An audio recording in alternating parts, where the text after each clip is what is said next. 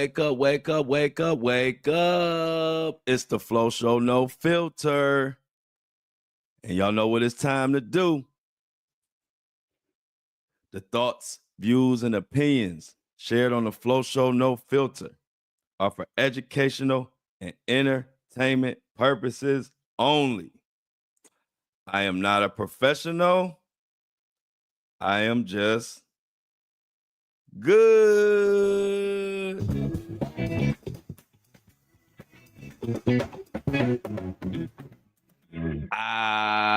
Come on in, come on in.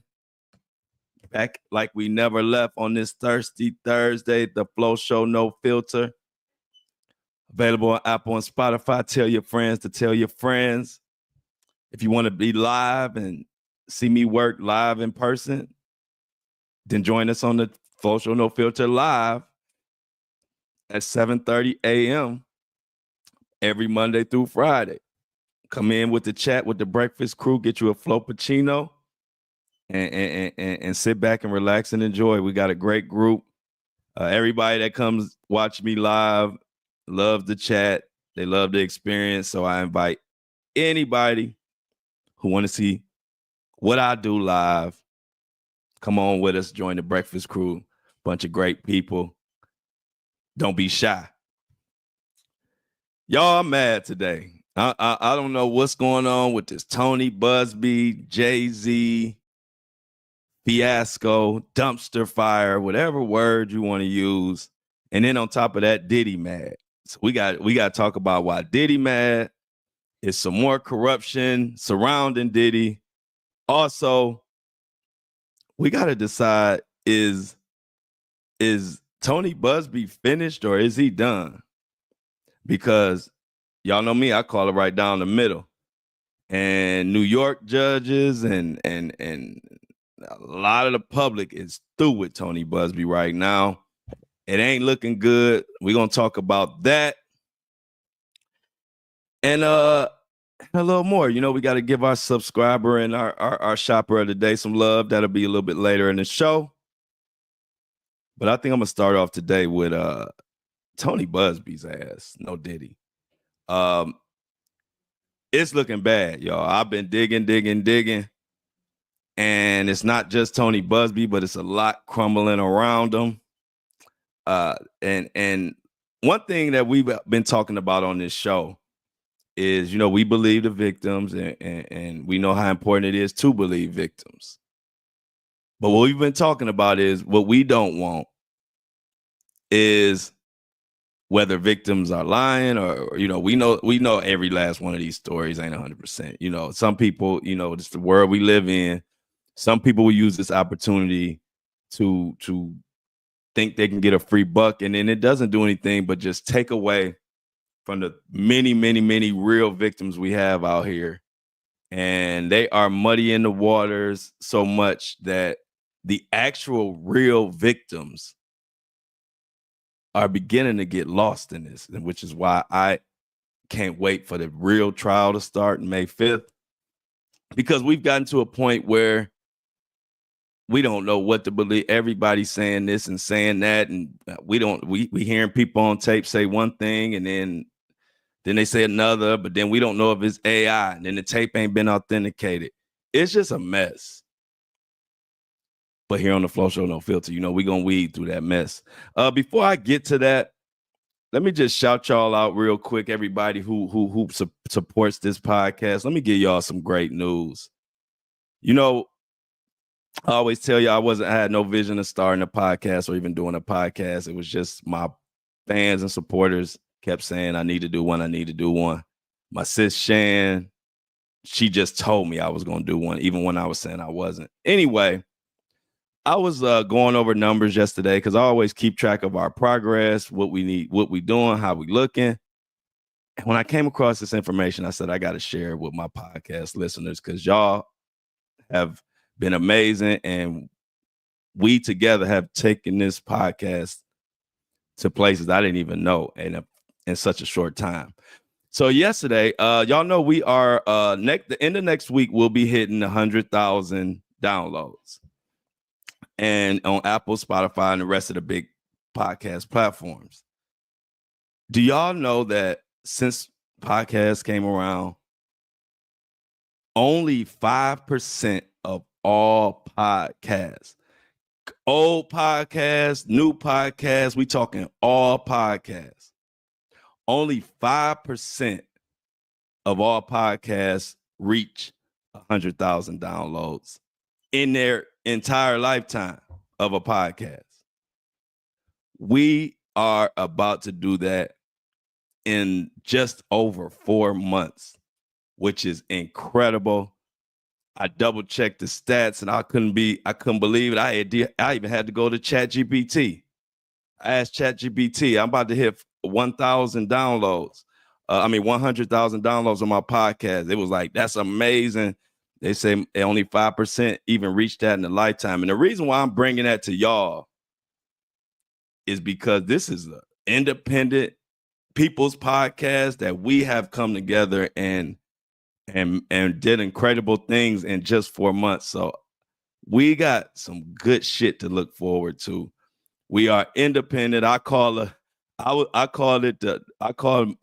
the little independent podcast that could. Because these motherfuckers tried to ban me from TikTok. They tried to do all type of stuff. But they didn't know I had a serious community behind me. And they know I'm unstoppable. And we came together and independent, no big corporations, none of their money, none of their influence. And we are in the top 5% of every motherfucking podcasting right now. So I want everybody to take a second before I get into this trifling ass Diddy and Jay-Z talk to pat each other on the back. And I just wanted to give y'all those numbers so we understand we came a long way with the Flo Show No Filter, but we got a long way to go. We're going to continue to kick ass because we've been kicking ass. 4 months, 100,000 downloads. We already in the top 5%. Independent, not dependent on nobody. We got our own merch store. We got our own everything. And I told y'all, I already was starting this subscription and beginning to be self-sufficient already before the TikTok banned me. But once TikTok banned me, it really showed me the only way you could be a real truth teller is you got to have your own platform and you got to be subscription-based. Your community going to have to support you. And you got to come up with your merch store and do things so you can be independent, so you can continue to get on this microphone and bring people the truth. And I don't have to mention, we still 5 stars on Apple and Spotify. 5-star ratings at over 100 episodes and 100,000 downloads, and we still got a 5-star rating with my opinionated ass. Because it's people that disagree with stuff I say, and they want to just give me 1 star just to hate. And despite all that, we had 5 stars. So I just had to take a second. I don't give y'all the numbers because I don't want to bore y'all with y'all shit because y'all come here for the news and my views, and I know that. So, but I just thought y'all have been so amazing. Y'all are so much a part of this podcast that I gotta let y'all know we independent and we in the top 5% already. We go to the 3%, top 1% before you know it. So let's just keep going. And I got another situation when we get into the subscribers later on. Don't let me forget to tell you about the mullet story. And remind me in the chat, the mullet story. So let's get in to this today. And congratulations to y'all. Let's clap it up for making this independent truth-telling podcast. This podcast ain't kissing nobody's ass. No elite, no corporation, no nothing. And we can't be stopped. So let's keep it going. Tell your friends to subscribe. Tell your friends about the podcast. And let's continue to push and continue to be the little independent podcast that could. Because we mighty out here, y'all. So what do we got going on with this with this Jay-Z and Tony Buzbee mess? Let's get into it. I'm going to just start off with a little clip, and then we're going to go into it from there. But it's just a crazy, crazy situation, y'all. It's like the only ones who lose in this is the real victims. they're the ones that lose in this situation, because when the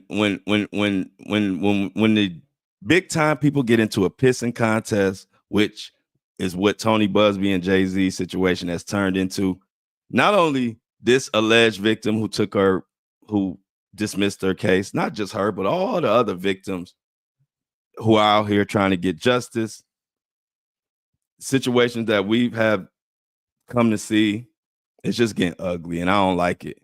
And I don't like it. Definitely there? But he had no part in it, or he was just... He was there. He was just there, but he didn't have anything to do with any sexual acts towards you. It was strictly, yeah. But Jay-Z was, you saying he was definitely there? But he had no part in it, or he was just... He was there. He was just there, but he didn't have anything to do with any sexual acts towards you. It was strictly, yeah. But Jay-Z was, you saying he was definitely... Have you on tape denying that Jay-Z assaulted you? Is that true? No. I don't. I've never said that. Okay. Did they also say that you told them, and they have it on tape, that I, Tony Buzbee, told you to like came up with this plan and told you to say that Jay-Z assaulted you so you would get more money? They have you on tape. I'm sure most of you have heard those clips. The first clip was allegedly the woman who claimed she was 13 years old and was sexually assaulted by Jay-Z and Diddy after a VMA after party or something like that. And on the tape, she can be heard saying that Jay-Z was there, but he didn't do anything to me. And then in the very next clip, this same person is on the phone with Tony Buzbee, saying that she wasn't pushed to do it, or she didn't tell anybody that Tony Buzbee made her put Jay-Z in it, which is what she was saying on the previous clip. It's just then got way out of control, and I don't like it. I'm trying to figure out. Well, let's go into the article first before I talk my shit, because I got some shit to say. But let's break down the article so we all know what the hell is really going on. So I'm gonna use the New York Post to break to shed some light on this story, and then I'm gonna tell you what I think as we go. You know my style. So New York Post, this article is titled "Jay-Z Grape Accuser Heard in Recording Saying He Never Assaulted Her," according to report. Now, the woman who accused Jay-Z of raping her when she was 13 was caught on an audio recording, apparently admitting that the decades-old attack never happened and that her lawyer pushed her, and her lawyer being Tony Buzbee, pushed her to slap the rapper with the lawsuit. Now, before I continue, one thing that I'm asking, and a lot of people are asking, is, well, I don't know if I see a lot of people asking this, but this is what I'm asking. How did some private investigators who weren't hired by Jay-Z, according to Jay-Z and his legal team, how did a private investigator not hired by Jay-Z and his legal team find this person who was supposed to be a Jane Doe, anonymous? How did they find her, corner her, get a confession, and get it back to Jay-Z without having no connection to Jay-Z? That's just, isn't it great how someone or a private investigators will just work for you and give you what you need without you even hiring them? That's the type of questions that go through my mind when I see this stuff. So I'm gonna just keep continuing. Like I said, let's get through this. So the woman's suit, originally filed in Manhattan federal court, was quietly withdrawn by her attorney last month after she alleged the hip-hop legend assaulted her with Sean Diddy Combs at a New York VMAs after party in the year 2000. A recording obtained by ABC News has since emerged that captures the woman identified only as Jane Doe telling two of Jay-Z's private investigators that the alleged attack didn't occur. He was just there, but he didn't have anything to do with any sexual acts towards you. The private investigator can be heard asking in the clip. Yeah, the woman responded. Jay-Z, whose real name is Sean Carter, fiercely denied the allegations when the lawsuit was first filed last December. And as you can tell, now Jay-Z is aligning himself more with the private investigators. Now, you see how the media plays tricks, or how the media is played. Because if you remember, go back, Jay-Z, they were saying they had nothing to do with the private investigators and this and that. Pay attention to the words. Elsewhere in the recording, Jane Doe claimed her lawyer, Tony Buzbee, allegedly pressured her to file a lawsuit against the hip-hop mogul, Jay-Z. He was the one that pushed me to go forward with Jay-Z. The woman in the recording is her saying. Buzbee did, is what one of the investigators asked, and she replied, yeah. Buzbee is repping a lot of cases you already know for Sean Diddy Combs, and this is having some effect on those, and we're going to get into that in a second. As far as the suggestion that I pushed Jane Doe to bring a case against Jay-Z, that is a blatant lie that is directly contrary to all the documentary evidence, he said in a statement. But Jay-Z's attorney, Alex Spiro, said the apparent recording speaks for itself. She says in no uncertain terms, Mr. Carter did not do this. It's effectively a lie, and the only reason Mr. Carter is even involved in this is because she was pushed to involve him. She says she dropped the lawsuit because she feared intimidation and retaliation from the rapper and his fans. In the initial suit, the alleged victim claimed she was attacked by Combs and Carter at a drug-fueled house party in September after the VMAs. The complaint was originally filed in October and dropped recently. Jay-Z has since filed a defamation lawsuit against Jane Doe and Buzbee. Let's talk about this. We don't know what exactly happened. But what I can say is, if I am a 3 times billionaire, and I'm not saying Jay-Z hasn't cleared his name, hey, it's dismissed, I have to go with the legal proceedings and assume they did the right thing. But that doesn't mean I can't use my own brain to think about what was possibly going on in this situation. Because if I think about it, if I'm a 3 times billionaire and my reputation is, I got conspiracies that I had something to do with this death or that death, and altercations where I was stabbing people, which is all public record. And then I have private investigators going into some small town, cornering some woman because I didn't hear any man. I didn't hear any man on her side in any recording, like she had any backup. So in my mind, I'm visualizing a woman in some small town that has investigators surrounding her. I mean, just being honest, how can we take that as a confession that wasn't pushed, be it by money? That confession could have been pushed. It could have been pushed by intimidation, threat of violence, or just the presence and making somebody say whatever they need to say to get y'all the hell up out of my house. Y'all hear the dog barking going crazy in the background. I'm sure that's her dog. Like I said, I didn't hear any men speaking on her behalf or just any presence of any backup to her.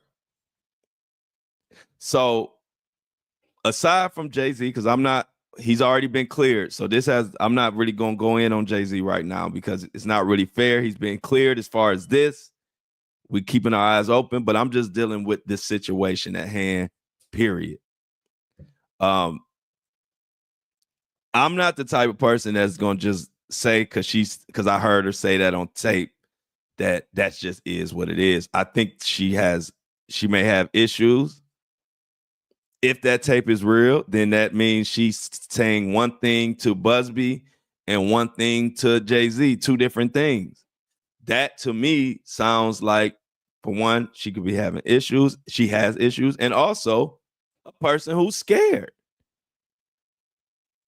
Who want to be in between two high-paid elite people who are both trying to save their ass? Think about it.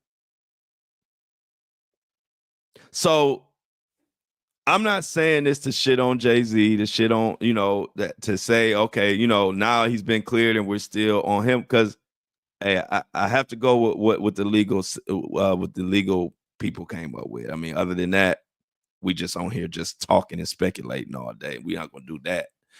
But I am giving I do want to give context to, don't just run with because you hear a recording.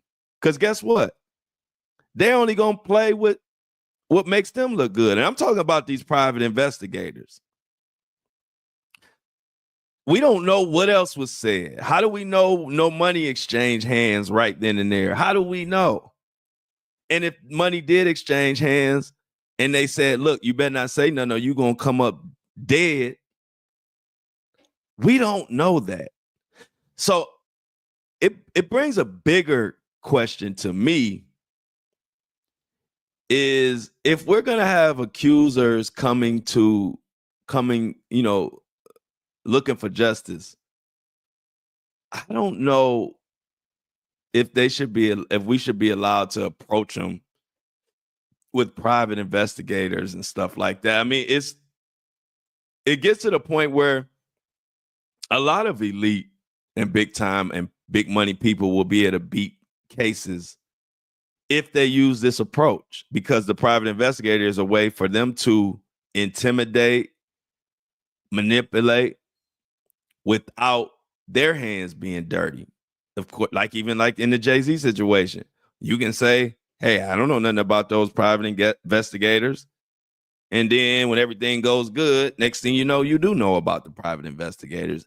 And so I use me, for example. If I had a problem and somebody was saying something, I could pay a private investigator to harass the shit out of them, scare them. You don't know what they're doing, but all they got is a 10-second, 15-second, 20, 30-second clip of the person saying, hey, I didn't do that. He never was there. I made it all up. Boom. Tape over. Now the whole world like, oh, see? But it ain't that easy. See, it's not a person listening in this chat, including this person on the microphone, that hasn't been in a position where we said what the hell we needed to say to get up out of that position. It ain't a person listening to this podcast that ain't did that. And so I just want to bring context to the people that just run because they hear a tape and now they just running around and thinking look, I'm gonna say it again. This is more an indictment on the system. I'm not even coming for Jay-Z on this particular episode because it's bigger than Jay-Z. This could be a blueprint going forward. So if we have victims who already scared as hell to come out and say something, because most of the accusers are powerful, the people they're accusing is powerful. If we're going to allow private investigators, and I'm going to just say it, they didn't even sound like professional private. They sound like Craigslist private investigators or somebody you would look up on Facebook. They didn't even sound professional. The man or the woman private investigator. They sound cheap. And when you got people who I've been around the block, they'll do anything for money. This ain't no big time, high profile private investigators that we heard about that has a name. These private investigators didn't have shit to lose. If you know who they are, or if you knew anything about them, let me know, because I had never heard of these private investigators. So they didn't have nothing to lose. So right now I'm talking about the private investigators in the system that allow this shit to go on, because I'm sure I'm not the only one that knows that you can be intimidated and what we heard on that tape could be manipulated. So now you got the whole world taking a dump on this girl now, when it really should just be Tony Buzbee and Jay-Z going back and forth and going at it. So I say all that to, now that I'm talking about the system and what's going on with Tony Buzbee, now there is a stain and a stench on all of the cases, lawsuits that he's got going on in New York now. And you know, us, the main objective and agenda is to get justice for the real victims, which we have a case for May 5th that Diddy is. That's what we're waiting for. And that's where our focus really is. A lot of this outside of the criminal aspect of it is doing nothing but getting in the way and making the water murky, and it's getting on my motherfucking nerves. I'm gonna be honest with you. And so, to be honest, I really just want Tony Buzbee to chill out, because I don't want all of this, you know, is this true? Is that true? And we got another lawsuit that's about to be dismissed. And I don't want it to take away from the actual real victims who actually have a criminal situation going on. Because to me, that's what I do this for. I'm for the real victims. And if they having their day in court, let them have their day in court. Let the accuser and the accusee have a day of and the accused have a day in court, and let's see how it plays out. But all of this private investigators running up on some woman in Alabama or wherever she's at, and then Tony Buzbee going back and forth and filing shit.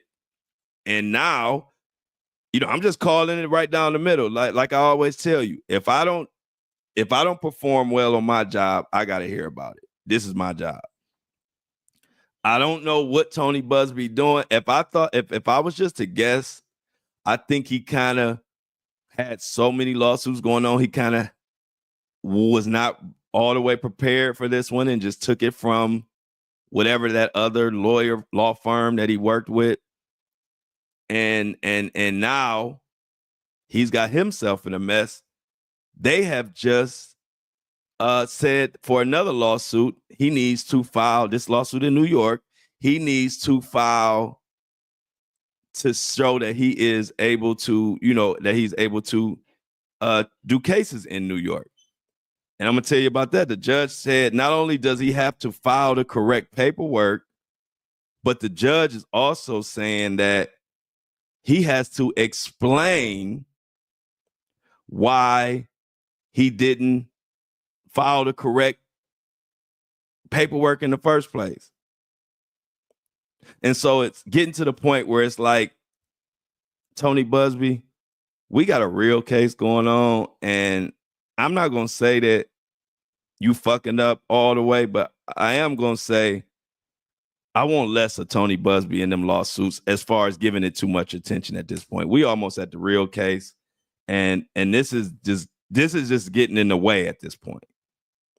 It's just getting in the way. You got judges telling coming down on Tony Buzbee, saying that, hey, we need to correct paperwork, and also we want to know why you didn't file the correct paperwork. At this point, Everybody's coming down on Tony Buzbee. Right or wrong. Adria English, if you remember.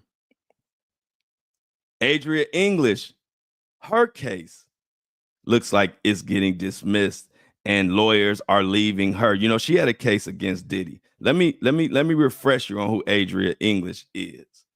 And then I'm going to tell you what the hell's going on with her. So Diddy just got slapped with another lawsuit. This is an old article from July. This ex-porn star worked at rappers' parties. If you remember, Adria English was one of the ones that said that Diddy groomed her, had her at events. She named certain people. She said she was employed as a go-go dancer and blah, blah, blah. And she this been going on since 2009. If you remember the case, we talked about it in great detail. Well, let me tell you what recently just happened that a lot of people are not talking about, but it's getting on my nerves because, like I said, the real victims, or I don't even want to say real victims, the victims in this real court May 5th trial date, stuff like this is only taken away from them. So now, check this out of what's going on with Adria English. Adria has had plenty of attorneys leave her. Now, the new attorneys she had are parting ways with her, citing a breakdown in communication and attorney-client relationship, citing irreconcilable differences. They motioned for another 60-day stay while she seeks new counsel, which they've already done this. And now the court is saying they might not even allow her another 60 days to find new counsel because this is the third set of attorneys. So now this one is going down. This is all making Diddy look good, and which is impossible to do. And I don't want, and that's stretching it, not look good. But this is a win in Diddy's column. This is a win. And this is why I'm getting to the point where it's like, I really just want to focus on the real trial and the actual court criminal case, because the cases and the information coming out now, it's like people are just getting thirsty for one, either for money, or two, thirsty for a good story, because there's no rhyme or reason of what the hell's going on right now. You know that lawsuit that had Jaguar Wright? They finally put out the exact paperwork that shows that she couldn't have been involved in the lawsuit from Ashley. In the paperwork, it shows basically Jaguar Wright was locked up from, I believe it was February 1st. Here's the paperwork. I got it right in front of me. February 1st, she was locked up in 2018, and she wasn't released until April 10th. The date on the alleged incident with Ashley Perrin, where she says Jaguar Wright helped traffic her and Odell and all this other stuff, Jaguar Wright was locked up. This took place on March 23rd. She was in prison. And I got the paperwork right here in front of me. So these are the kind of things, and I just wanted to talk about it in today's episode, because I don't want people to get lost, and I don't want this Diddy story to get lost, as far as we got a real criminal case going on, y'all, which has been vetted, which with raids, prosecution, feds, not this willy-nilly lawsuit for money stuff that we got going on outside of the real case. But me and a lot of my listeners, we've been saying it before it even got to this point where it's just turned into pure chaos. And that's just sad for, like I say, the victims. And so I'm going to always speak up and speak on shit that a lot of people are not going to speak on because they're scared to say it. I'll say it. It's turned into a circus and it's hurting the real victims. And it needs to stop. It's embarrassing to watch a lot of our higher ups and a lot of people in power. It's embarrassing to watch how this is how it's carrying on, and I don't like it. I don't like it at all. It's with Diddy, you have so much corruption surrounding him. We got another, and this is taken away from all these fake stories or fake information. When I say fake, I'm talking about on either side. I don't know what the hell to believe at this point. But then you see stories like this sneak up under the radar because we so focused on all these crazy stories and Tony Buzbee and private investigators and recordings, and I ain't never seen nothing like it. But I bet y'all missed this story. This is another example of the corruption that Diddy is surrounded by with his legal team. Y'all know birds of a feather flock wherever. Y'all know I'm always going to tear up a saying and make it mine. Birds of a feather flock wherever. And right now they flocking in the Diddy camp. So check this out. This comes from the Los Angeles Times. Jewelry designer accuses LA celebrity attorney in fraud lawsuit over unpaid fees. This is LA attorney Mark Garagos, who is known for representing Lyle and Eric Menendez and also Diddy. And his son is currently on Diddy's legal team, allegedly, is what they're saying. So check this out. This from LA Times. Just more example of the corruption that surrounds Diddy. And I think one of Diddy's attorneys gonna get locked up before this case is over with. But that's just me. Let's check this out. So when the jewelry company Alex and Ani sought to redefine its product line in 2023, executive turned to a designer, Pamela Love. Along with her own brand, Love worked with J. Crew, Topshop, and other ones. She was a creative director that charged about $21,000 per month. Now, Love has taken Alex and Annie's owners to court, saying the company is selling her designs and owes her as much as $6 million in royalties and other costs, along with more than $200,000 in unpaid fees. In a lawsuit filed Wednesday in New York, Love and her attorneys are seeking to collect the unpaid money while also alleging that the jewelry brand's owners, including the company held by LA celebrity attorney Mark Garagos, engaged in a shell game. And I put shell game in quotes, which is an orchestrated, collusive foreclosure to dodge paying Love and other creditors. I can't make this shit up. The suit names the jewelry company's two owners, the Bathing Club, which alleges is controlled by Garagos, and LC and A&A Holdings, which alleges is controlled by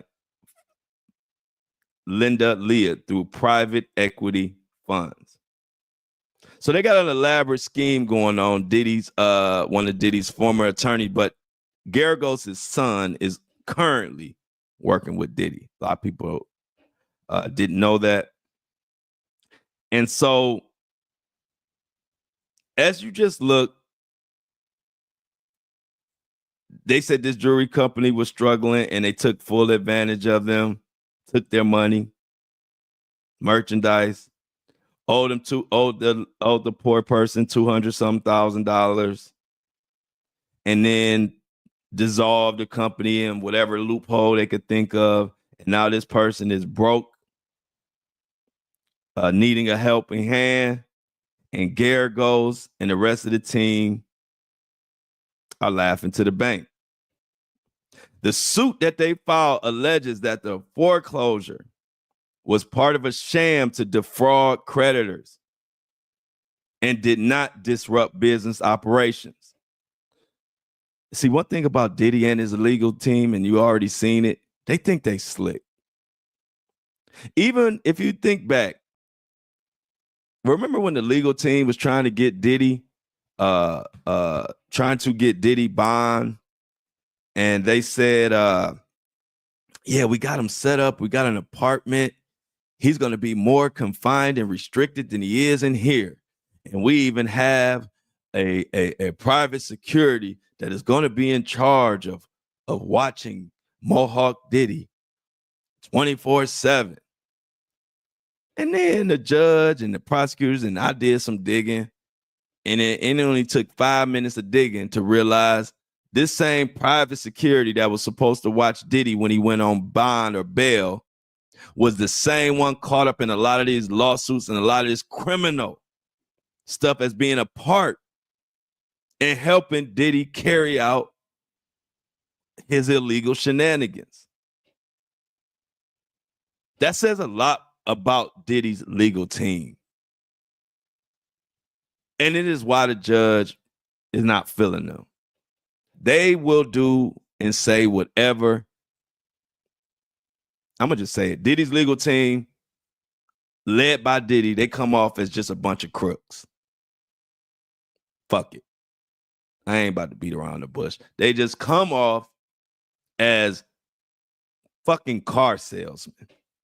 You know how car salesmen, every car that they want you to buy is the best fucking car, and you know that they lying, but they keep doing it because they're so stuck in mode. They don't even know that your lies are obvious as hell, and you trying to sell me this lemon, and when I don't want it, then you try to sell me the next car, and all of a sudden I thought this was the best car on the lot. Now, since I don't want that, now another one is the best car on the lot. Just a shady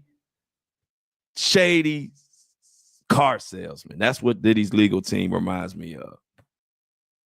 So while we got all these crazy lawsuits going on and stuff being dropped, we got more examples of the legal team that Diddy is surrounded by, which is why I'm telling y'all now, this case is going to go crazy.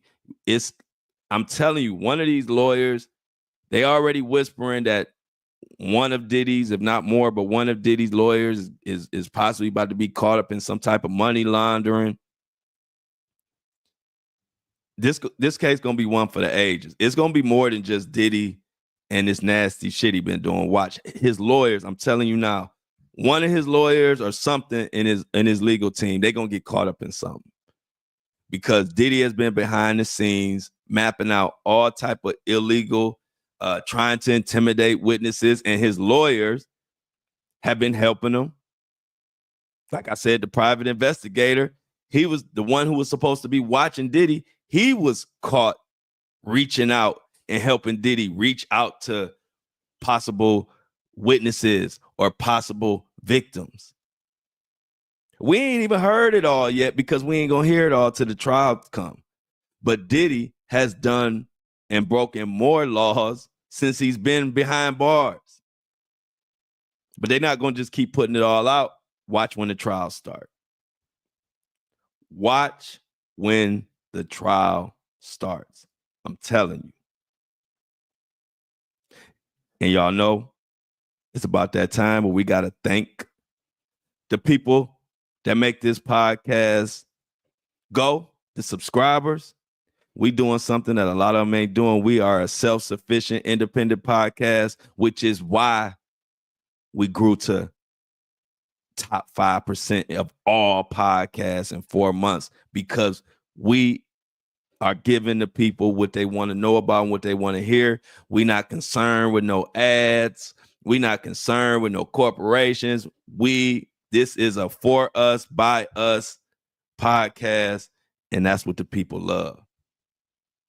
And so I always take time, y'all know, to stop and give the flowers and thanks to the people that are making this go. And it's the subscribers and it's the people shopping on andidon'tlikeit.com, supporting the movement. So I don't have to worry about or I can't say this or say that because of this corporate sponsor. Fuck that.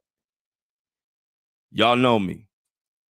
Y'all hold me down. I'm gonna get on this microphone every day, Monday through Friday at 7:30, and call out who need to be called out. If we got a boycott that need to be announced, I'm gonna announce it, whatever the fuck it is. And that's why the key is staying self-sufficient. And I'm gonna continue to bust my ass to keep this self-sufficient podcast where whenever we do have corporate people come in, if they want to sponsor or help out the movement, they gonna come in on our terms. And if they don't like our terms, then they can kick rocks with flip-flops. That's the only way this podcast is gonna run. I don't give a shit if TMZ called me and say, hey, Flo, we got $1 million for your podcast, but you're going to have to cover shit we tell you to cover. I would tell TMZ to respectfully kiss my ass. I don't want nobody telling me what to talk about. That's more important to me than anything. So y'all got the right one. Y'all pick the right one to get behind. Because I don't give a shit how big I get or how famous I get. I don't like them motherfuckers. So I'm always going to be for the people and a voice of the people. That's in me. It's been me since I was born. So let's shout out our people.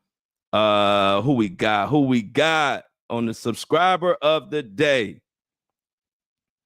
Don't tell me I done forgot to put it in the notes now. Where is the subscriber of the day? I must have put it in my other. Okay, got it. Subscriber of the day. And we only asked for $3. This person gave $8. Everybody give it up for Jason. Jason is our subscriber of the day. Jason is keeping truth alive, and I appreciate it because that's what it's all about. We're not going to be beholden to these corporations where we can't talk and say what we want to say. So, Jason, let me clap it up again. Everybody in the chat, say thank you for Jason. Thank you to Jason for subscribing. We need more subscribers, y'all. Please subscribe to the content. Keep this podcast going and keep it a truth-telling podcast where we can say what the hell we want to say and talk about on here. As I'm saying that, TMZ just sent me a message on my Skype.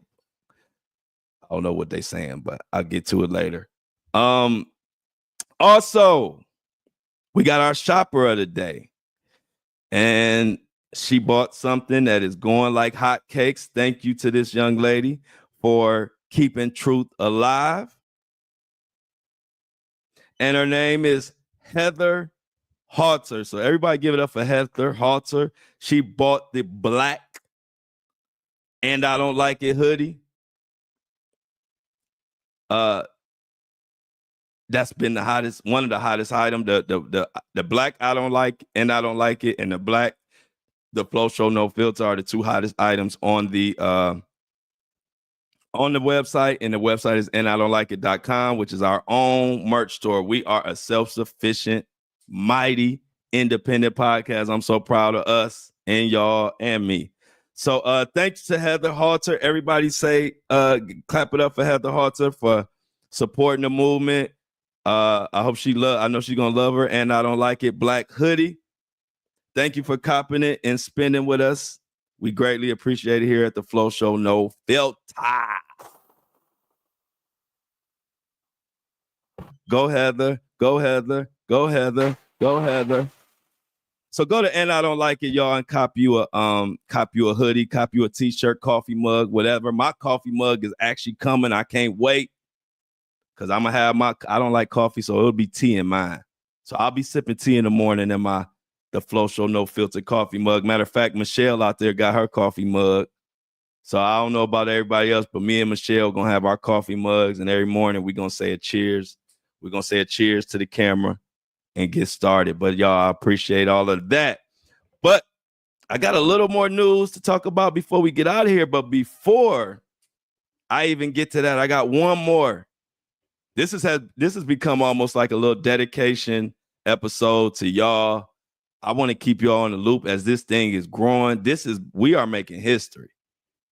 And I say it again, I wouldn't even been doing this shit if it wasn't for y'all saying, do a podcast. And here we are 4 months later in the top 5%. Independent. And I'm on here saying whatever the hell we need to say. And we still climbing as one of the top podcasts on Apple and Spotify. So I'm going to continue to tell y'all how much I appreciate it because I can't help it. But check this out, y'all. And this is what it's all about. Flo, the Flo Show No Filter has become a movement, and I don't like it. But y'all know I do like it. But y'all just know, and I don't like it is my saying. See, that's an inside. That's an inside. We got our own language. My listeners hit me up on my inbox. They talking to me. When we done talking, they be telling me I'm out. I love it. We got our own language.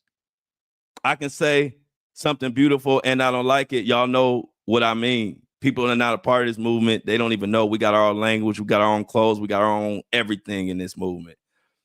But this is what I'm about to read you is the shit that warms my heart. Because if y'all know me, I'm not about judging. I'm one of the few podcasters that got just as many Trump fans and supporters as Biden and Kamala fans and supporters.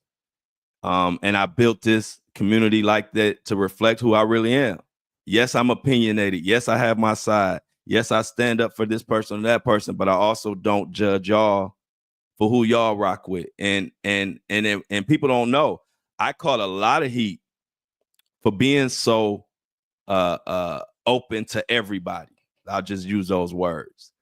But I stood 10 toes on what I'm about. This was early in my career of content creating. And I would have people, some of my own people, be upset, like, man, you look out, you helping out everybody. We need you. So, I went through that. But I continued to do what I was doing and continued to be a voice for everybody. And eventually everybody caught up with me. And even the people who didn't understand at first, now they understand. We are more powerful as a unit working together. I don't want to alienate nobody. Yeah, I stand for what I stand for. I talk shit about what I need to talk shit about, but that don't have nothing to do with us. So, like I said, I'm one of the few podcasts that I have everybody. I got Trump people. I got Kamala people. I got every single type of person you could think of. And so what I'm about to read you, man, I had to take it to my best friend, let him read it. Check this out, y'all. Now, this will tell you how far this Flo Show No Filter movement has came and how far it's going and who it's impacting. Because it's not just impacting Black people. It's not just impacting white people. It's not just impacting Latinos. It's not just impacting Republicans or Democrats or none of that. We are impacting the world. Every color, creed, every country taps into this. Check this out, y'all. Listener sent me this message, said, hey, Flo, big fan with a big ask coming your way. What is this ask? Check this out, y'all, and tell me this ain't beautiful. I'm going to enter my 3-year-old in the mullet championship this year and have to come up with a name. And Flo Show is very fitting. I wanted your blessing. I didn't register him yet, so I don't know how, but I'll make sure to I'll make sure to shout you out in his bio. But wait, there's more. If yes, is there a chance of you making a mini Flo Show or and I don't like it shirt or patch or pin so we can go full send? Exclamation mark. P.S. I wanted to subscribe for like 3 days so I could write something cool. I thought I could pick any amount, so I was gonna do 369 and make this remix 369. Damn, flows fine. Loving when you podcast for me for more time. Flo Show, Flo Show, Flo Show. I love it. Now I don't know nothing about a mullet. I didn't know they had mullet competition, but it warms my heart. Not only does that a parent wants to put Flo Show on their 3-year-old, because we all know how we feel about our kids. Don't nothing mean more than us to us than our kids. And for this 3-year-old that's gonna win the mullet competition. Look, I don't even know about mullet, but if you rocking with me, we gonna win. I'm gonna make sure everybody vote for him or whatever we gotta do. But if you would have told me when I started this podcast that I would have 3-year-olds in mullet competitions wearing the Flo Show No Filter and repping it, I would have said, yeah, right. And so I just wanted to share that with y'all to let y'all know I don't just be up here talking shit. When I tell you this movement is touching everybody, that's exactly what it's doing. And that's the best part about it all. I promise you that we're going to continue to win. So, of course, I gave this person my blessing. And as a matter of fact, because of this person, I'm going to get with Shan. And we're going to have to get the little bitty tykes. We're going to have to get the little Flo Show No Filter line going now. We got 3-year-olds out here representing now. That's want the truth. 3-year-olds want the truth. And the mommies and daddies as well. So y'all, I just thought that was beautiful. I had to share that with y'all. If he win, now don't hold me to this because I don't know nothing about mothers. If he win, I might have to come to the show with a mullet the next day. Now, if a mullet is something crazy in here that I can't do, then I can't do it. But if he wins this competition, rocking the Flo Show, I will come on this video the next day with a mullet.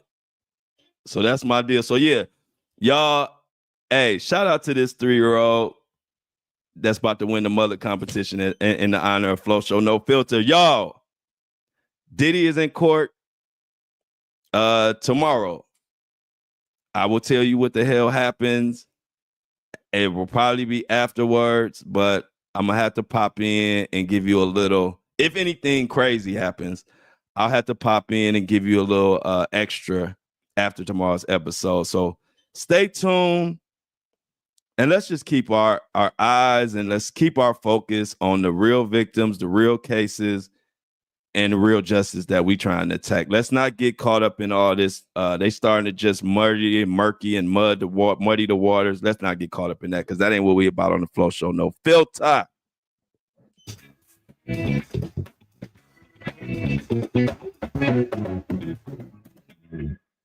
I love y'all. We in the top 5%. But I'm out.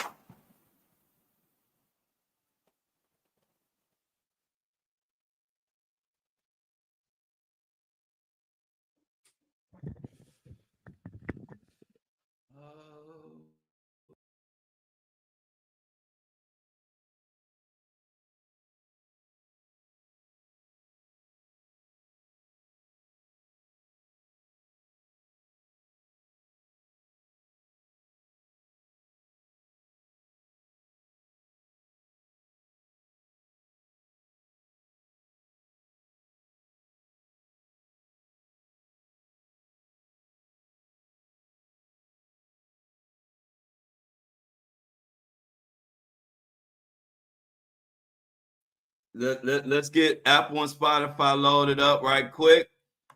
And I'll be right back. Give me a second. Mr. Top 5%.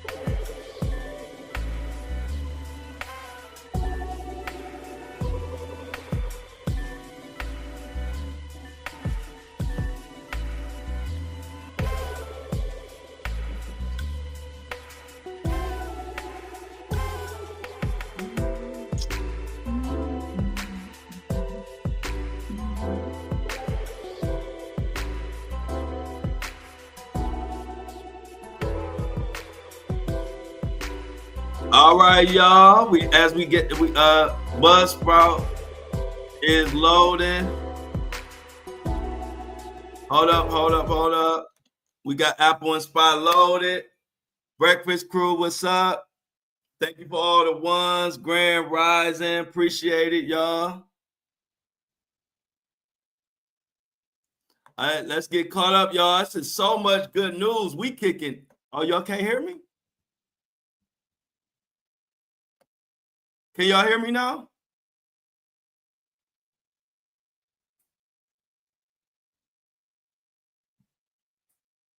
That's a good idea, C-Tuck. I will put that on there. If you see Shan, hey, C-Tuck, why you ain't in the group me?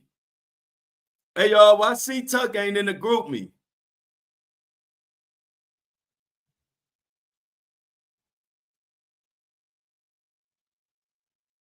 Can you hear me?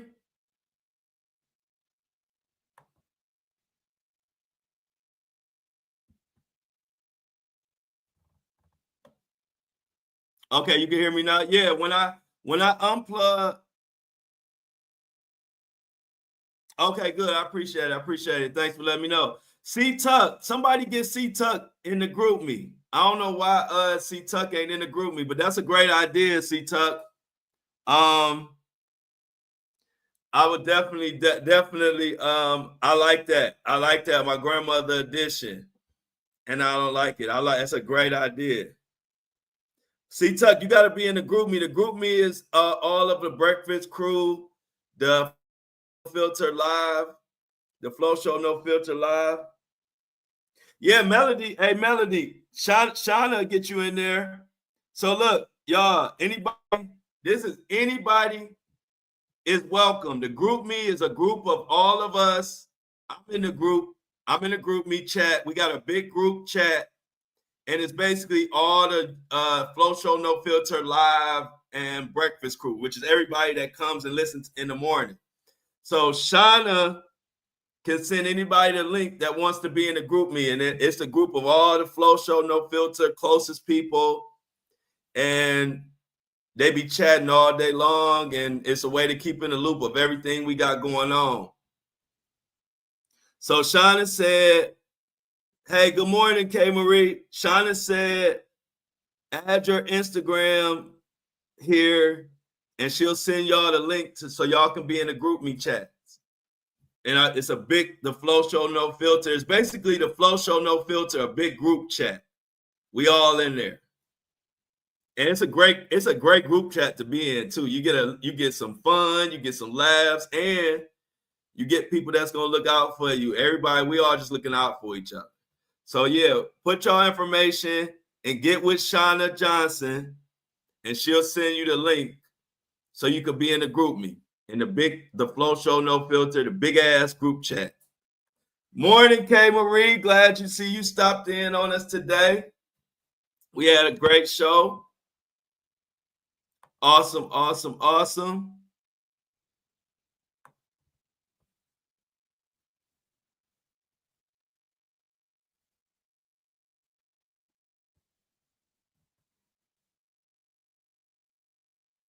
Yes.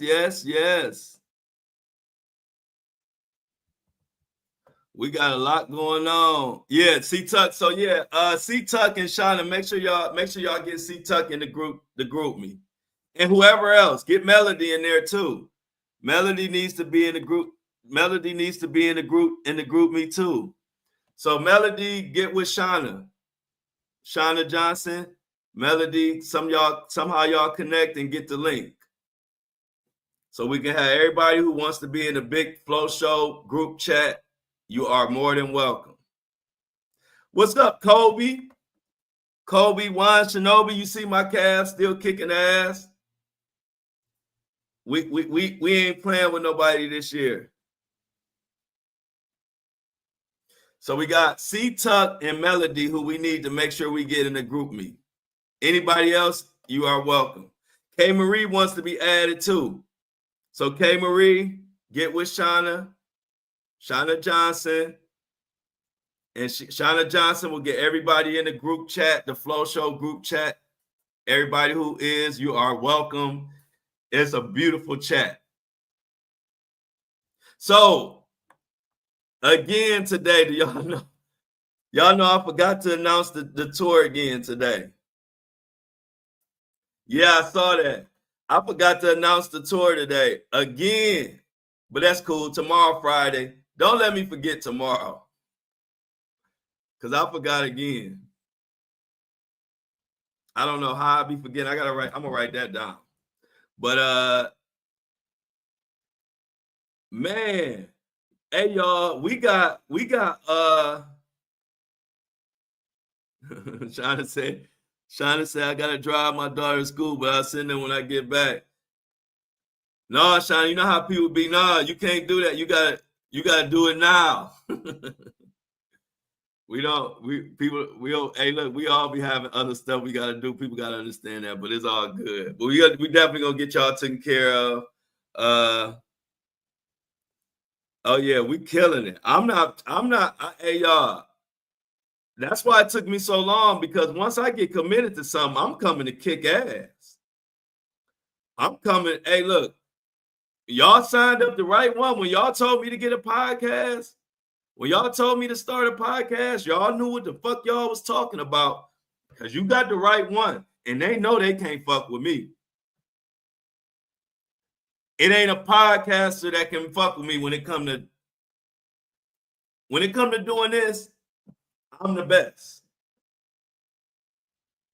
I'm the best. I don't care if anybody. Hey, look, and I'm waiting for a podcaster to say they better than me at this.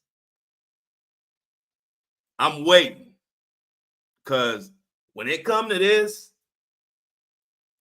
I don't went. We took this to the top 5% in 4 months, when only 5% of all podcasts ever created get to 100,000 downloads. We the best. And we're going to continue to push. We're going to continue to push. And when I say I'm talking about us. We took this to top 5%. No interviews yet. No famous cosigns. None of that. I ain't even put a shirt on.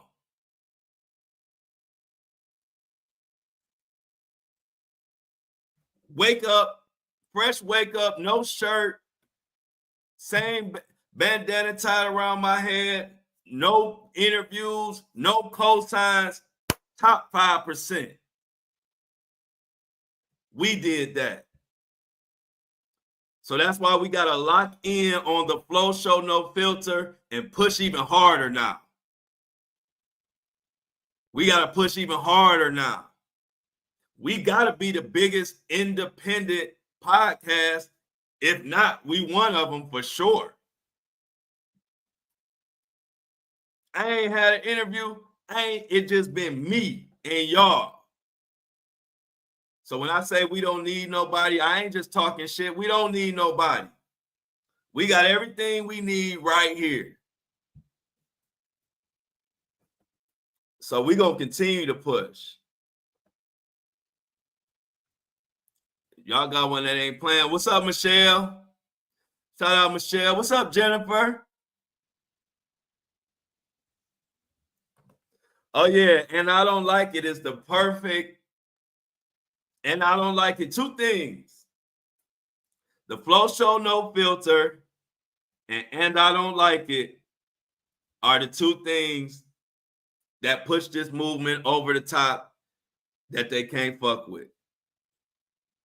See, I'm one of the only podcasters. What's up, Michelle? I'm one of the only podcasters who you don't even have to say my name. You don't even have to show my picture. All you have to say is, and I don't like it. And motherfuckers know exactly who you talking about. That's powerful. That's a movement. That's a movement. And I don't like it is a movement. You tell me another podcaster or a YouTuber that got a catchphrase. They don't got one. That's why they scared of me. They see, like Kendrick said, you can fake all kind of numbers, but you can't fake the influence.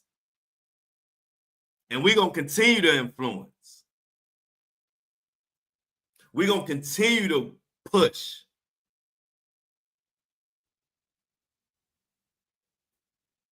Oh, we got so many. Oh yeah, we got those coming. We got the I don't like it headbands coming. All right, it's funny you said that, Michelle. I told that was the design. That was the design of that I told Shan about. So you know at the end, I don't like it. Headbands, bandana is coming soon. Good morning. Good morning, Shanitra. If I said that wrong, I apologize, but I don't know if Shanitra has been in our breakfast on our breakfast show before, but everybody say what's up to Shanitra. We happy to have you. Good morning.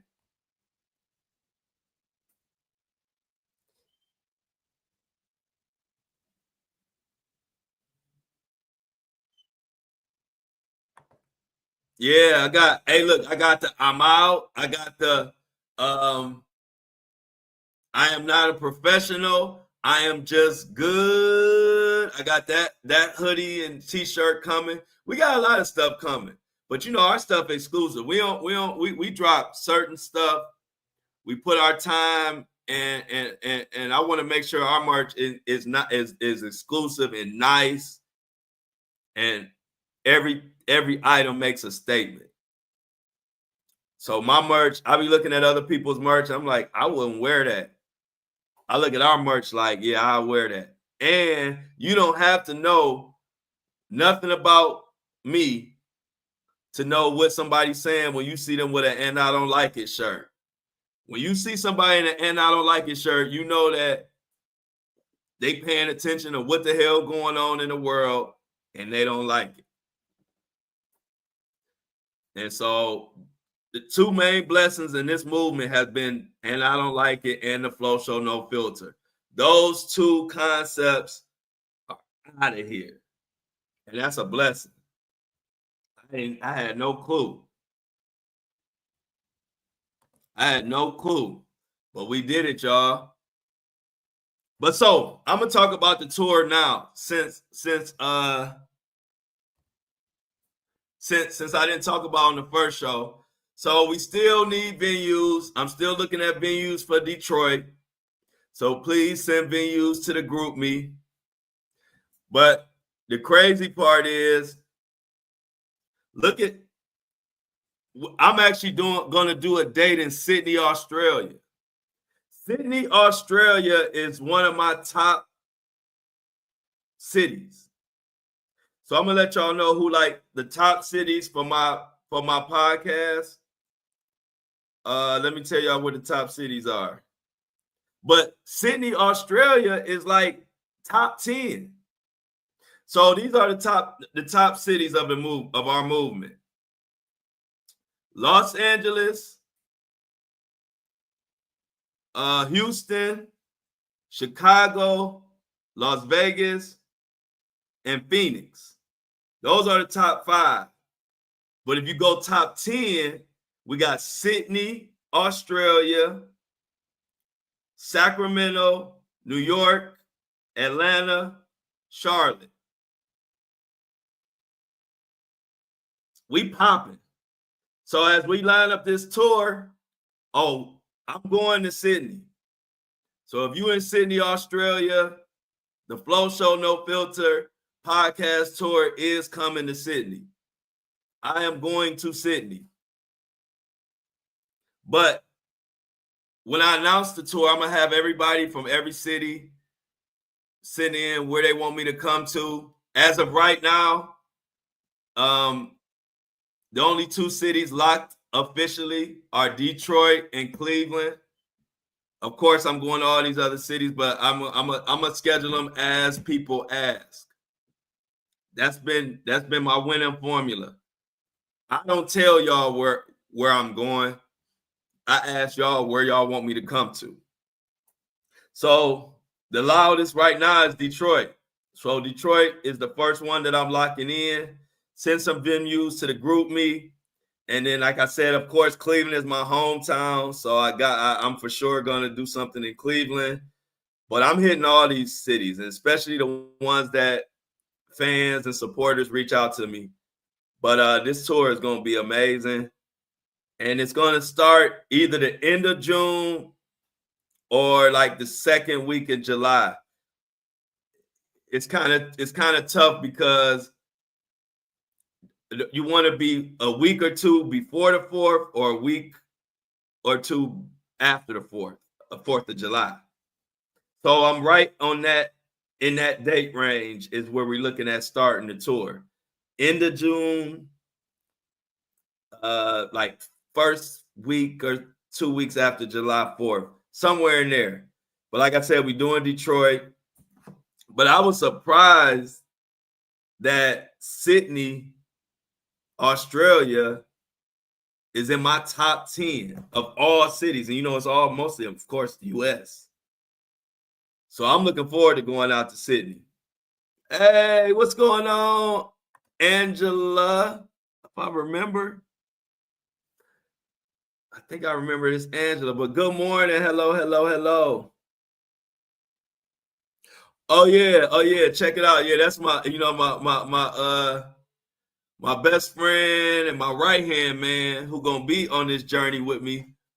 He one thing about my best friend, you see how I'm just kind of willy-nilly, it seems, even though I'm strategic still, I plan. But one thing about my best friend, who you see him in the chat, I put him on the big board, he crossed every T and dot every I. And if it ain't a T or an I for him to cross or dot, he'll put one there so he can cross it and dot it. Thorough to the max, Mr. Darnell Brantley, my best friend in the whole world. But he said Sydney, Melbourne, and Brisbane, Australia are all great supporters of this podcast. So we might be in Australia for about a month. No, I ain't gonna be there in a month, but we might be in Australia for a couple of weeks. Because we do got Sydney. Melbourne is right behind Sydney. And Brisbane is somewhere there too. So we got Detroit, Sydney, Melbourne, and Brisbane, or however you pronounce it. Of course, we're going to do Cleveland. I definitely want to do Atlanta. I want to do Charlotte. I want to do Houston. I want to do Dallas. These are some of my favorite cities that either I haven't been to or that I've been to and I loved it. So I want to do Dallas for sure. Dallas is high up on the list. But this tour is going to be amazing. It's going to be like everything else we do. We coming to kick ass and take names. Hold on one second. The podcast is ready to be uploaded to Apple and Spotify. Give me a second.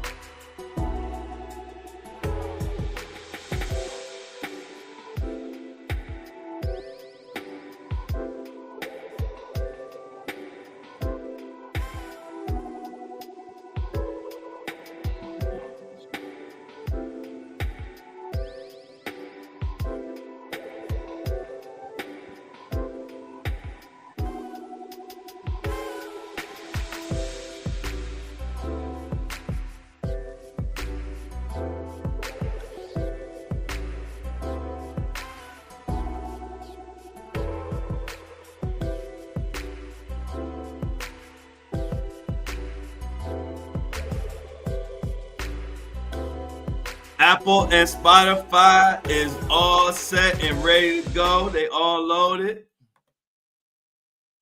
So we got that. Oh, yeah. Los Angeles for sure. Darnell Brent, yeah, we doing Los Angeles. Will be on there. I'm gonna make some notes right now since I got y'all on the line, and I didn't get a chance to talk about the tour on the podcast. So let's get a little bit ironed out because I do want to put this in my notes. Whenever I hear somebody speak about where I should go, one of my listeners, y'all know I'll be listening because y'all be right. You know I give y'all credit. One thing about me, when y'all right about something, I give y'all credit. When y'all tripping, I'm gonna tell y'all tripping too.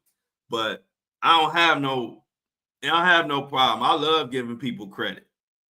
So y'all the ones told me to do this damn podcast. I don't know what made y'all think I was gonna be good at a podcast, but y'all fucking was right. So Angela says Los Angeles. I'm gonna work on that because we putting this. I'm putting all this together like as efficiently and as quickly as I can. So I got Los Angeles on here to look into. You said Amy 2 hours from ATL, 2 hours from Charlotte. Is that Amy? You saying you're 2 hours away from those two places? If that is, that's cool because I definitely will be. Atlanta is a for sure date. Sac is on there too, and Sacramento is my vibe. Sacramento is like the people remind me a lot of Cleveland. They don't take no shit in Sacktown. They don't take no shit in Sacktown. But I do got a lot of fans in Sacktown too. Orlando. Y'all really helping me out with this list. Orlando, what else we got, y'all? Amy scared to drive in ATL. I might have to come to where Amy at. I might have to do a special. I'll try to come to where you at, Amy. I'm gonna try to come there since it's not far. I wouldn't mind driving to where I forgot where you at, Charleston. But I'll probably have to go where Amy is.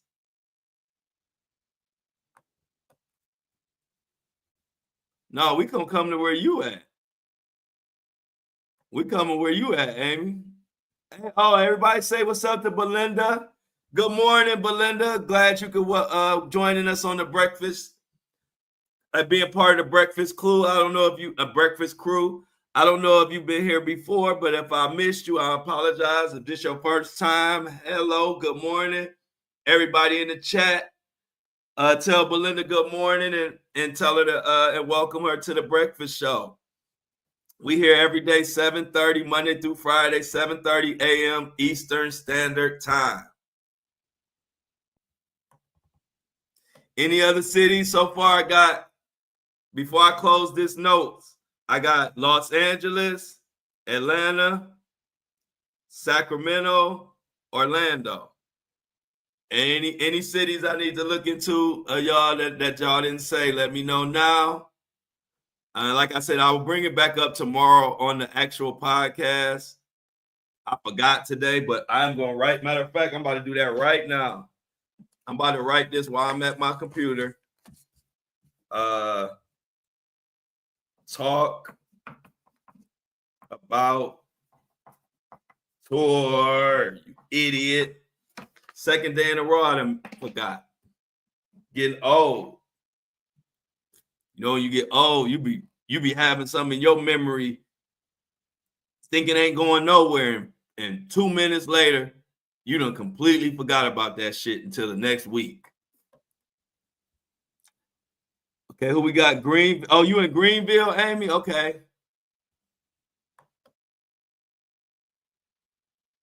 So you saying Greenville, Amy? Be clear, don't have me in Greenville and you ain't there, Amy. Amy, don't send me to Greenville and you ain't even there. Des Moines? Okay, I gotta look at Des Moines. Put Des Moines in the notes. Me and Darnell gonna go over all this at some point.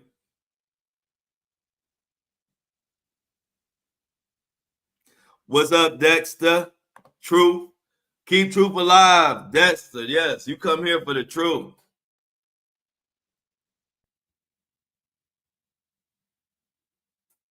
Got you. Okay, I got you, Amy. That makes sense. So I got Des Moines.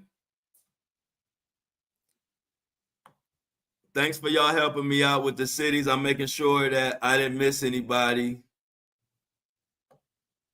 Oh, did she? Somebody said Michelle found the perfect spot. The Griot. Oh, yeah. I actually do like that spot. I am actually going to reach out to them. I'm going to reach out to them probably Monday, but it is a nice spot. I looked at it. I looked it up. Nice vibe, nice and intimate. The only thing, if Michelle could find out, I see that they open on Fridays and Saturdays. I'm like wondering if like on their off days, can I rent it out, or can I do something there on like a Friday night? I gotta see what how they operate, because if they already like have stuff on Friday, like if they have a Friday night and Saturday night club night or whatever they do already, I got to see how I could fit in there, because I would like to do a Friday. I would like to do a Friday night. I'm not stuck on that, but I would like to do a Friday or a Saturday night. So I got to call them and see how they set up. But I do like that spot. I looked it up. I like it. It's exactly what I'm looking for. Intimate, nice crowd.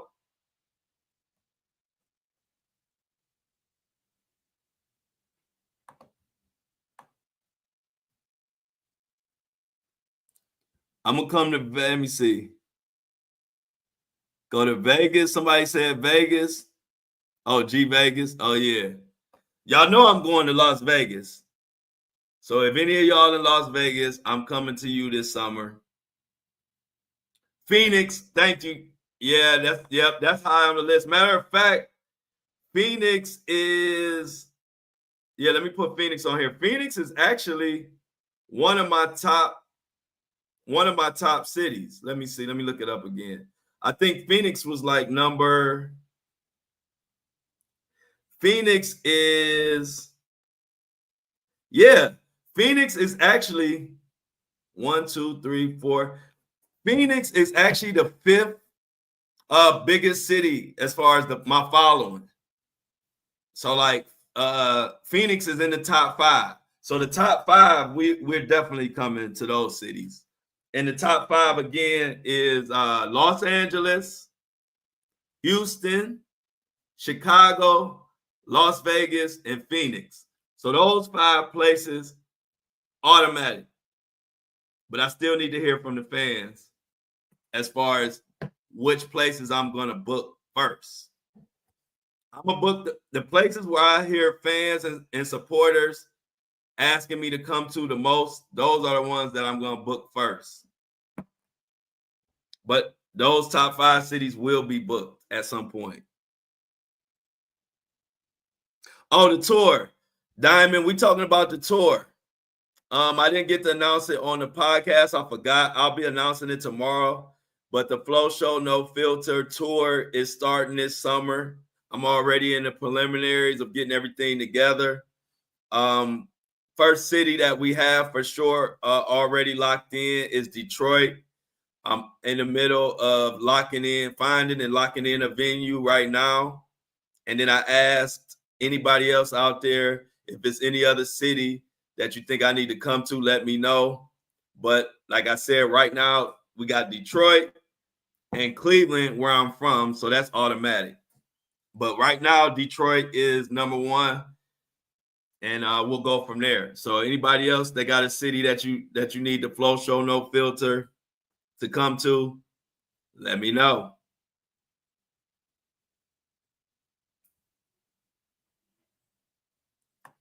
So look like Diamond gonna be ready for the tour. Yeah, so name wherever you at, name it right now so I can put it on the list of cities that we need to go to. I forgot to tell y'all it's Thirsty Thursday. I got my water. Every Thursday, I remind everybody to drink their water. Because I got mine. Yeah, we're gonna have some fun on this tour. I'm looking forward to it. My best friend gonna be on the tour with me, so we're gonna have a blast.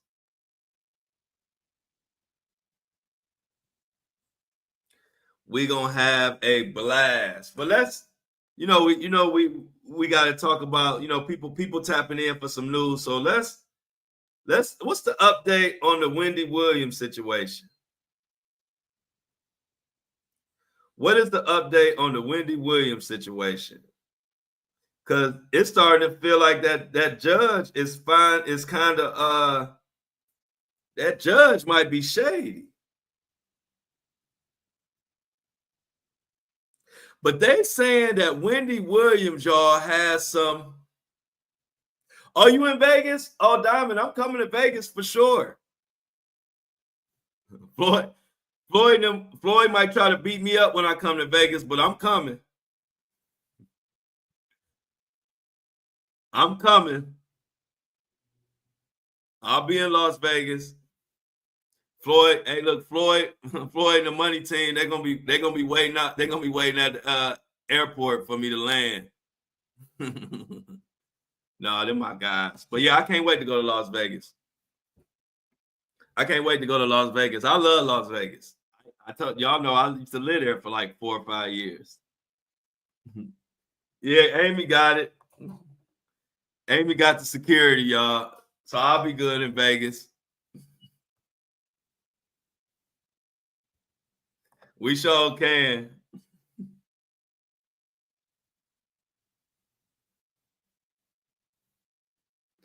All right. Hey, look, everybody got back. Yeah, I'm good. We gonna be good. I can't wait. I'm gonna be right there in Las Vegas. Don't worry. I'm gonna be there. I gotta go to New York. All my Diddy people gonna be mad when I go to New York, but I'm coming to New York. I'm going everywhere I need to go. This is a blessing. This is a blessing to have a community and have people that got your back and down in the way this whole thing is a blessing. I'm gonna touch every city that I got supporters who y'all been supporting me for over 2 years now. A lot of them, some of y'all are new, but I got a lot of my supporters been supporting me for 2 years. At least 2 years. So I gotta come out, reach out, and touch the people. Yeah, I'm thinking so too, Dexter. I think the judge and the Wendy Williams gonna have to side with her now. Cause as you can see, they say, what did they just say? They just said something about, they said Wendy Williams has been deemed mentally competent after passing a psychiatric evaluation, meaning she no longer requires conservatorship or guardianship. Yeah, leave her alone. But I heard that she got some tapes and some information about Hollywood, and that got a lot to do with this. That's just speculation. I haven't really been able to dig into it to like really get behind the real story, but just what I'm seeing, there are some bloggers saying that Wendy Williams has some information, recordings or whatever that Hollywood don't want out, and that's why they fucking with her. Like I said, this is just speculation. This is what I'm hearing. I ain't had a chance to dig in yet, which I am gonna probably dig in. I'll probably have some time this weekend to kind of dig into what's really going on with Wendy Williams and why they fucking with her. But that's what I'm hearing. I'm hearing she got some info.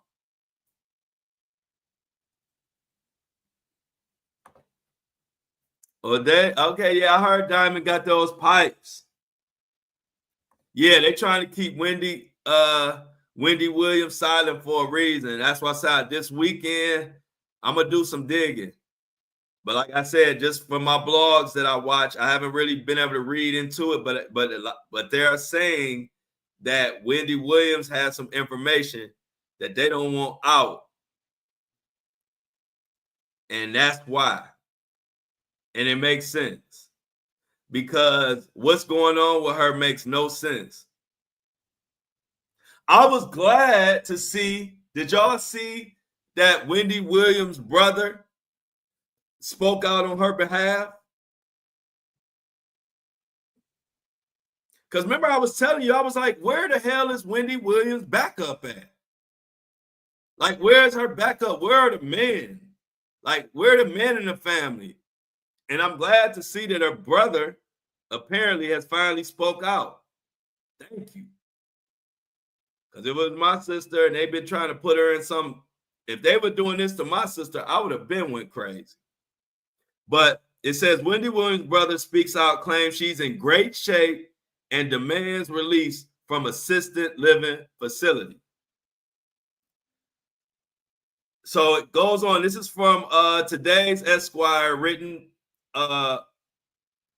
This is an article. It says in a statement to U.S. Weekly on Wednesday, Tommy is her brother. Tommy said Wendy is doing well both mentally and physically. He also called for her release from the New York assisted living facility where she has been staying since 2022. Let her up, he said, reinforcing his belief that she does not need court-ordered supervision. And I agree. They fucking with Wendy Williams, and I don't like it. This can happen to any of us. Y'all gonna have to protect me as I get bigger and bigger. One day they might try to pull the wool over the world's eyes and tell them I'm incapacitated. I don't know what I'm talking about, and try to lock me up in a facility. That's why I speak up now, because I realize this shit can happen to anybody if somebody is out to get you. And the only way you can get out of it is outsiders helping. So thank God that somebody finally started helping Wendy Williams after I cussed out the whole fucking world about Wendy Williams last week. Oh, good. Thanks for that info. Dexter saying her niece, I guess her niece spoke out too. She said she been on their next year because I've been trying to do whatever little bit I can too. Because I was like, at first, I was kind of covering it, but I really didn't know what was going on. And I thought Wendy Williams really needed help. You know, I didn't know. I was going off of what they were saying. And then it started, I'm gonna tell you when I got pissed. When I saw her talking outside of the window, doing an interview with TMZ, and she was coherent and talking, and you could tell she was normal. I said, here these motherfuckers go again. They got me thinking she can't talk and walk and don't know what she's doing. And here I'm seeing her behind some glass window in some living facility, crying and talking to TMZ, talking about what the hell going on. It was at that moment when my ass got pissed. I didn't like the whole situation, but that moment, that's when I was like, where the fuck is everybody? Like, where the fuck is everybody at this point? Like, I'm done with all that. Like, where is her brothers, her father, her cousins? Shit, we all got crazy cousins. Where they at? Because I don't know if y'all seen them, but I got crazy cousins. And the minute the world tried some of it, if they tried any of this mess on me, I got crazy cousins that's gonna crash out. If you might have seen them on my Facebook sometimes in the comments or Instagram, because they be just, anybody mess with me, they gonna fight. They gonna go back and forth with every troll they come across. My cousins is crazy. So I was like, where's Wendy Williams' crazy cousins at? That we always, we all got crazy cousins that we can call when we need them. I'm like, somebody need to say something. So I'm just happy that they getting some type of handle on this thing. This shit is crazy. Exactly. I was like, where was her crazy cousins? Like, we all got crazy cousins that will crash out in a minute. See, Amy know.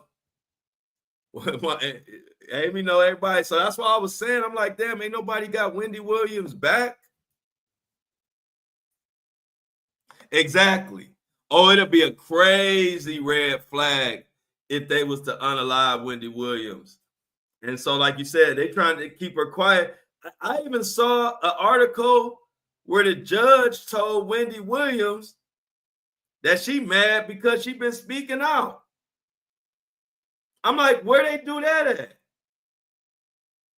How the judge gonna tell her that she gotta shut up? So y'all go from saying that she can't talk, like she got dementia and she got all this stuff where she can't communicate, but now y'all trying to tell her to stop communicating. I thought y'all said she couldn't communicate. Now she communicating so damn good, y'all ass is panicking. So now the person that y'all said wasn't making sense, was sick, and couldn't take care of herself, now she's so coherent and putting everybody's feet to the fire. Now y'all trying to get her to shut up. This shit is foul. This is foul.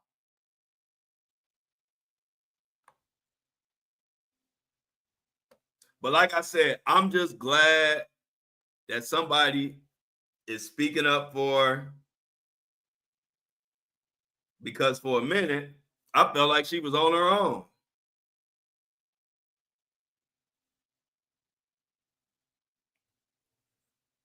So check this out. Check this out.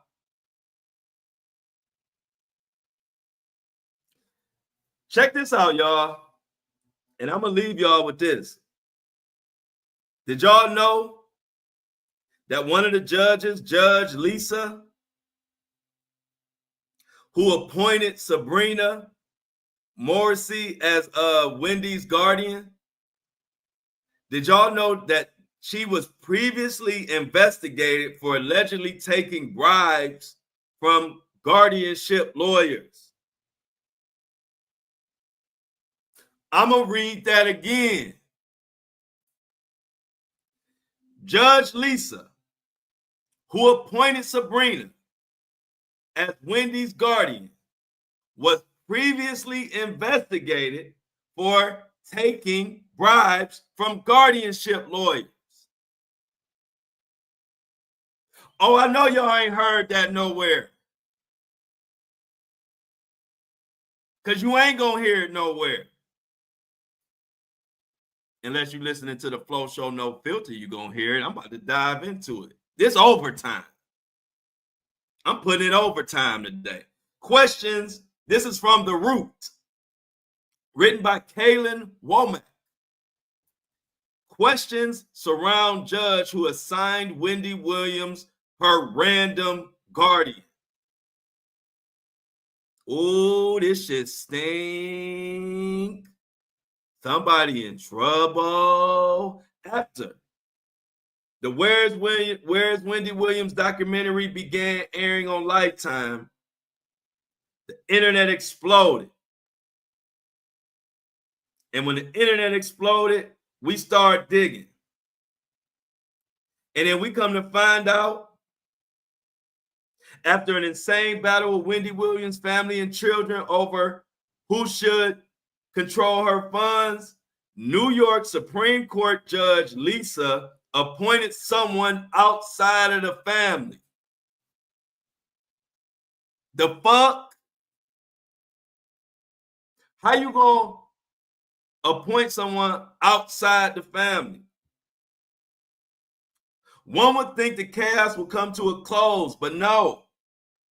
A resurfacing article from ABC named that shady judge as one of the Manhattan judges with a suspicious link between campaign donations and guardianship rulings in favor of lawyers. People don't dig like me. That's why they ban my ass on TikTok. Because I'm going to find some shit. Manhattan judge Lisa received $5,720 in campaign donations from 2019 to 2022 from 20 guardianship lawyers. One of the lawyers who donated to her, he donated $1,000. Another guardianship lawyer donated money. And they claimed that the donations wasn't a conflict of interest. And I don't like it. How is it not going to be a conflict of interest if I'm taking money from guardianship people and then I'm giving outsiders guardianship of somebody who we know is okay?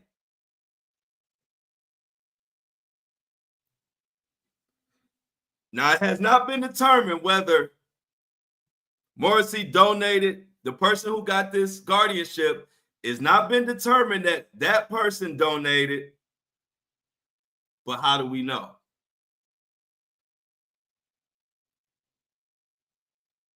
We don't even know what their relationship is. What relationship is this guardian with Wendy Williams?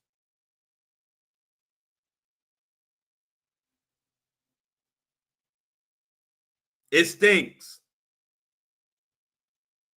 And these findings merely cast even more skepticism on why Wendy Williams is being treated like this and what the fuck is really going on.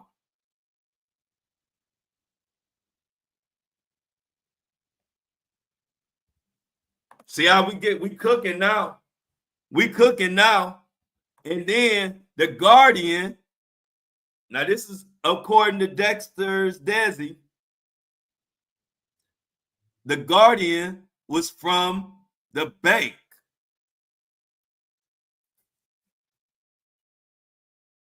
Y'all see how shady this is?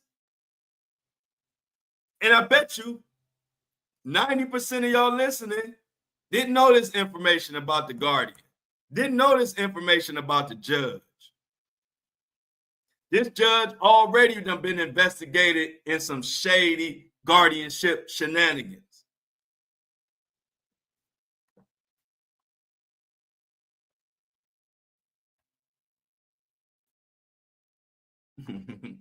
Look at Shauna just plainly said Wendy hates her.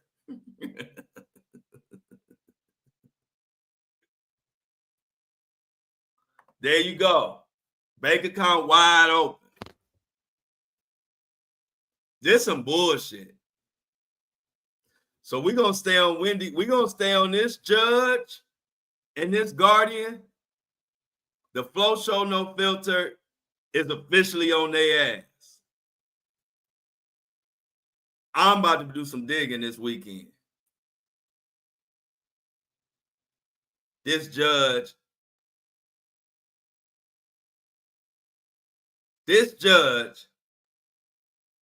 has already been investigated over guardianship hanky-panky. And I don't like it. I don't like it.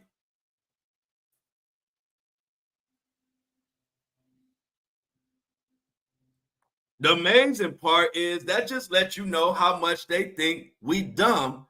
They think that they can pull anything and we ain't gonna see through it.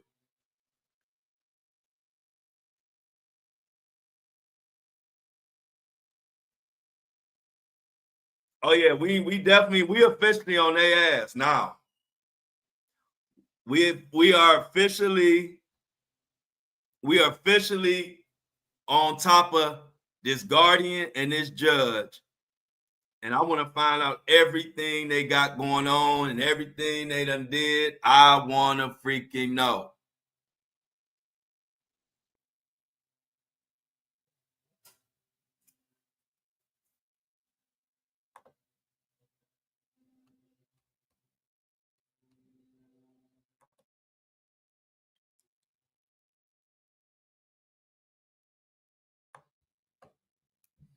So I appreciate everybody who tapping into this Wendy Williams situation because it's some bullshit.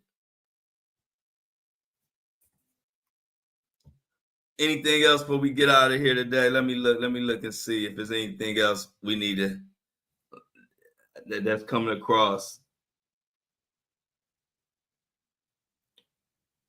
Besides my Cavs kicking ass. Thank you, Dexter, for it sounds like Dexter's Desi sounds like has been paying attention to what's been going on with the Wendy Williams situation. I appreciate that. And Wells Fargo froze Williams' bank accounts and filed a petition for a temporary financial guardianship. Wow. They ran a crazy game on Wendy.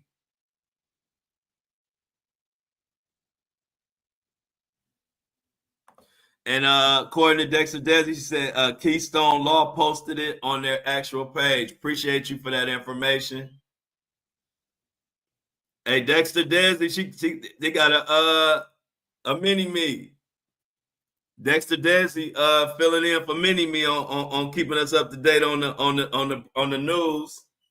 Shout out to Dexter Desi for that. We appreciate it for sure. Because I haven't been able to dive as deep into the Wendy Williams situation as I would like to. But I'm officially pissed off. It sure did start from the bank. I agree. The bank saw all that money. That bank saw all that money Wendy Williams had. And they came up with this scheme. They came up with this scam.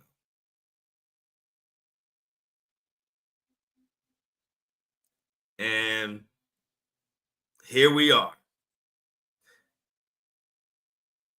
They've been plotting on getting that money from Wendy Williams for a long time. And who knows where they've been spending that money. Man, we don't know who all has been benefiting off Wendy Williams' money.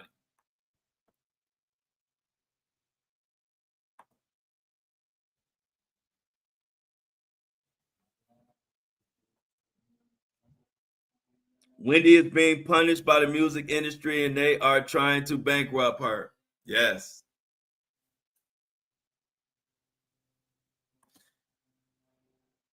And a lot of people think Mohawk Diddy got a lot to do with what's going on with Wendy Williams. And that's why I got to do some digging this weekend, y'all. I got work to do.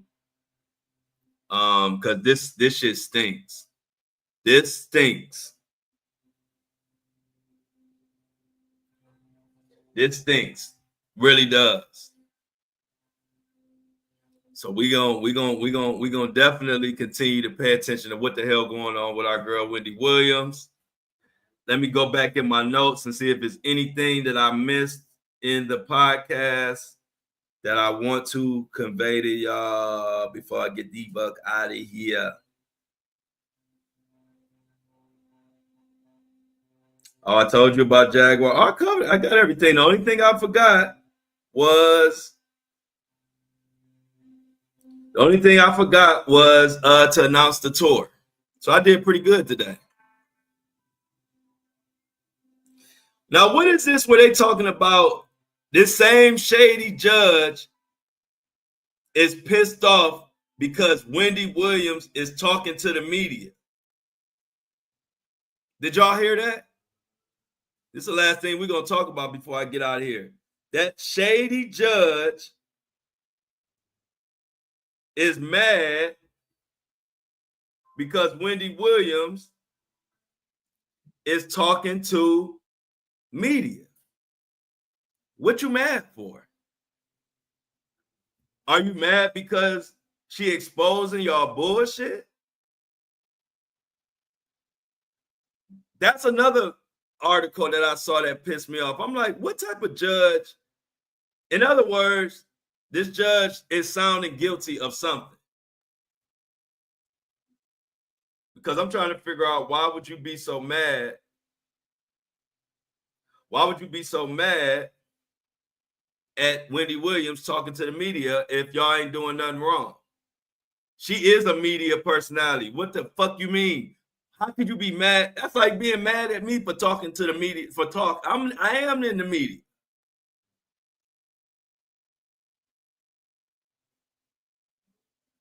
But it say right here, Wendy Williams' guardianship fed up with her talking to the media. This is by the Daily News. Before we get the fuck up out of here, we got to go over this. Check this out. From the Daily News, Wendy Williams' guardianship fed up with her talking to the media. The judge handling Wendy Williams' guardianship case is reportedly upset by the former talk show host because she continues to speak to the media and wants to add even tighter restrictions. This is some bullshit. This is unbelievable. In a fiery email sent to Williams' lawyer, Judge Lisa, the one I just said was investigated for guardianship bullshit before. In a fiery email, she said she ordered Williams be moved to a more restrictive assisted living facility than the one she's in now. And the one she's in now, Wendy Williams calls it a luxury. She calls it a luxury prison.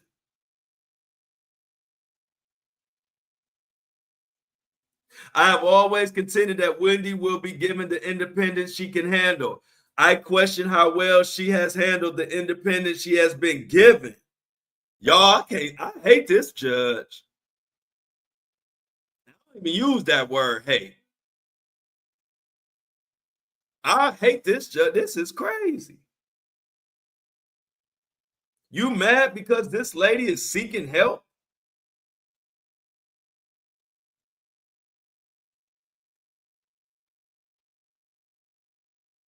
Wow.